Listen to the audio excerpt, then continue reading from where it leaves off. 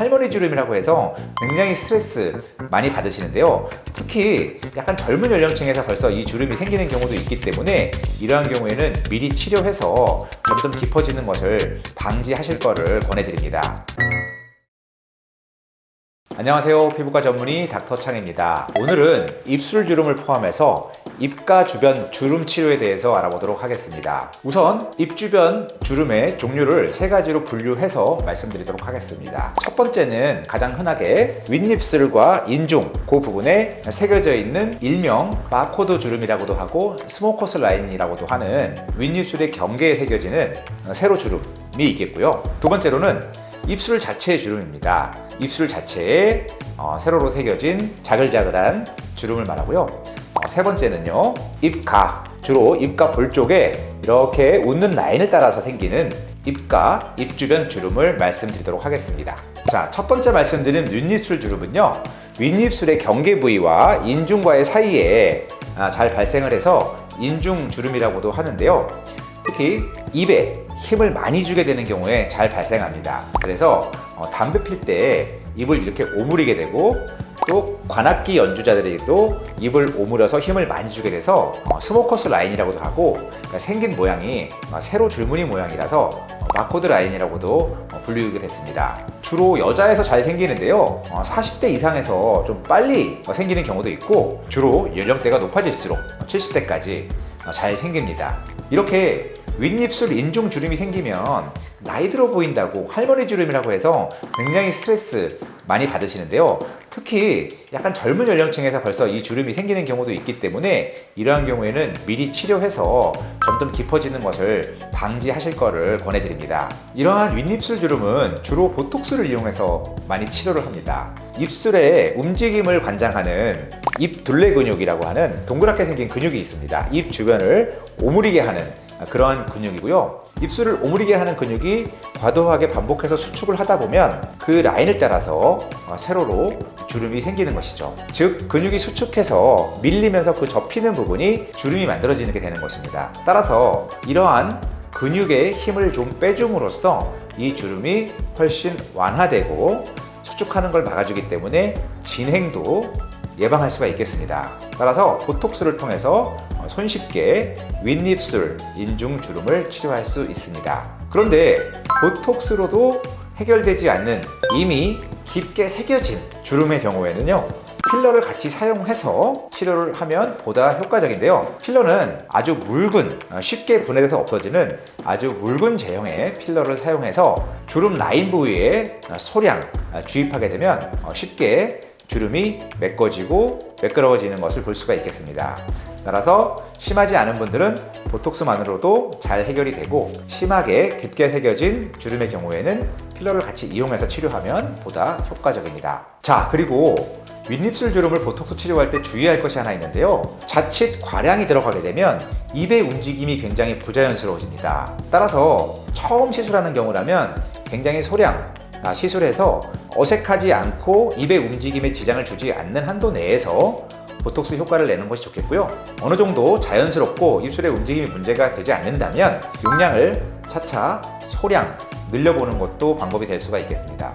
두 번째, 입술 자체에 생기는 주름. 첫 번째 원인은요, 입술이 건조해서 잘 생깁니다. 젊은 분들도 입술이 건조하다 보면 입술에 주름처럼 생기고요. 그리고 피부염이 반복해서 입술에 생기면 입술에 각질도 많이 나고 건조해집니다. 이러한 경우에도 입술 주름이 잘 생기는데, 주로 입술이 건조하거나 피부염이 있는 분들은 입술의 각질을 뜯기도 하고, 입술을 이렇게 자꾸 오므리면서 입술에 스스로 자꾸 자극을 주는 행동을 많이 하게 됩니다. 이러한 경우에는 악순환이 되는데요, 입술에 안 그래도 건조하거나 피부염이 있는데 침을 바른다거나 입술에 각질을 뜯는다거나 아니면 입술끼리 서로 문질러서 자극을 주게 되면 더욱더 자극이 되고 더욱더 각질이 많이 생기게 돼서 결과적으로 회복되지 않고 계속해서 심해지는 그러한 양상을 보여주기 때문에요, 이러한 경우에는 첫 번째로 할 것이 입술에 자극을 주지 않고 보습제를 잘 바르는 것입니다. 자극을 주지 않는다는 것은 아까 말씀드린 것처럼 각질을 뜯는 행위, 입술끼리 이렇게 침을 바른다거나 입술끼리 마찰을 하는 행위, 이러한 것들을 피해주는 것을 말하고요. 보습제는 여러분들 흔히 사용하는 립밤이라든지 아니면 얼굴에 쓰는 보습제를 사용해도 됩니다. 하지만 입술에 피부염이 있고 많이 건조하신 분들은 일반적으로 사용하는 립밤의 경우에는 향이라든지 윤기를 주기 위해서 여러 가지 성분들이 들어있을 수 있기 때문에 이러한 성분들이 가급적 적은 그러한 단순한 립밤이나 얼굴에 사용하는 보습제를 사용하는 것이 바람직합니다. 그렇다면 건조하거나 입술에 피부염이 없는데도 입술이 자글자글하게 주름이 생기는 경우는 나이가 들면서 입술의 볼륨이 줄어들면서 좀 주름져 보이고 자글자글해 보이는 경우가 있습니다. 이러한 경우에는 그 볼륨을 보충해줌으로써 치료를 할 수가 있는데요. 필러를 사용하게 됩니다. 아까 말씀드린 윗입술 인중 주름보다는 조금 더 볼륨감이 있는 필러를 사용을 하게 되는데요. 나이가 들면서 볼륨이 줄어든 입술은 아주 적은 양의 필러만 보충을 해줘도 볼륨감이 생기면서 훨씬 젊어 보이는 효과를 보이고 입술에 자글자글한 주름도 팽창되면서 매끈한 입술을 만들 수가 있습니다. 입술 필러 할 때 가장 주의할 사항은 자칫 무엇인가 시술한 듯 부자연스러워 보일까봐 걱정들 많이 하시고 부자연스러워지면 어떨 때는 안 하니만 못한 결과를 보일 수도 있기 때문에 자연스럽게 티나지 않게 시술하는 것이 가장 포인트라고 볼 수 있겠습니다. 특히 젊은 층에서는 입술의 모양을 보다 예쁘고 볼륨감 있게 그 모양을 만들어 준다면 나이가 들면서 줄어드는 볼륨을 보충할 때는 어떤 모양을 만들어낸다기보다는 자연스럽게 줄어든 볼륨을 보충하는 것만으로 자연스러운 결과를 낼 수 있습니다. 젊은 분들이 하는 입술 필러랑 이렇게 조금 나이가 드신 분들이 맞는 입술 필러는 이렇게 다른 건가요? 입술 필러의 시술 자체는 같은 시술인데요. 젊은 층에서랑 연세가 있으신 분들이랑 그 시술 목적이 좀 다릅니다. 젊은 층에서도 물론 입술 볼륨이 입술이 선천적으로 얇거나 해서 시술하는 경우도 있지만 입술 볼륨이 크게 부족하지 않더라도 입술 라인을 보다 예쁘고 좀 더 볼륨감 있게 좀 더 섹시하거나 사진도 잘 나올 수 있게 입꼬리도 좀 더 웃는 인상으로 올려주고 입술의 모양을 만들어주는 시술이 목적이라면 40, 50대 이상에서 하는 필러 시술의 경우에는 그렇게 모양을 만들어준다기보다는 나이가 들면서 노화 현상에 의해서 입술의 볼륨이 빠지는 것을 보충해주는 정도로 하시는 것이 적당하다고 봅니다. 왜냐하면 얼굴 전체적인 밸런스가 중요한데 40, 50대에서 젊은 층에서처럼 입술에 볼륨감을 주고 입술의 모양을 만든다면 굉장히 좀 어색하고 언밸런스 할 수가 있습니다.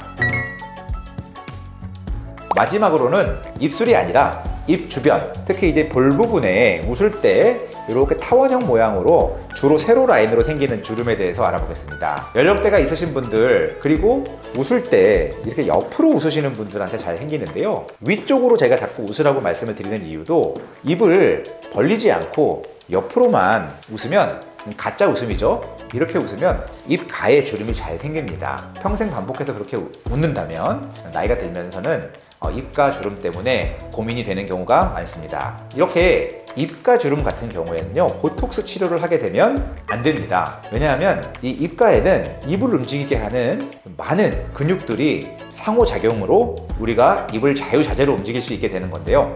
보톡스 치료를 하게 되면 그 움직임에 방해가 될 수 있겠습니다. 처음 말씀드린 입술 주름 같은 경우에는 입 둘레근 한 가지 근육에만 소량 작용해서 어색하지 않은 한도 내에서 하지만 입 옆으로 방사되는 그러한 형태의 주름을 없앨 때는 보톡스를 놨을 때 입의 움직임이 지장이 되는 경우가 더 많기 때문에 이러한 경우에는 보톡스 치료를 하지 않고 필러를 이용해서 치료를 하게 됩니다. 입가 주름의 필러를 이용할 때는 역시 굉장히 묽은, 쉽게 흡수되고 금방 사라지는 가장 묽은 형태의 필러를 사용을 해서 주름 선을 따라서 아주 얕게 주입해서 그 주름이 살짝 메꿔지는 정도로, 그리고 이 필러의 사용 목적은 필러 자체가 주름을 메꿔서 주름을 없앤다기보다는요, 물론 이러한 효과도 있지만 필러로 인해서 그 필러 주변으로 콜라겐 생성을 유도하는 목적이 더 크고 주된 목적입니다. 따라서 금방 흡수되는 필러를 사용을 하더라도 반복함으로써 그 주변에 콜라겐 생성을 유도해서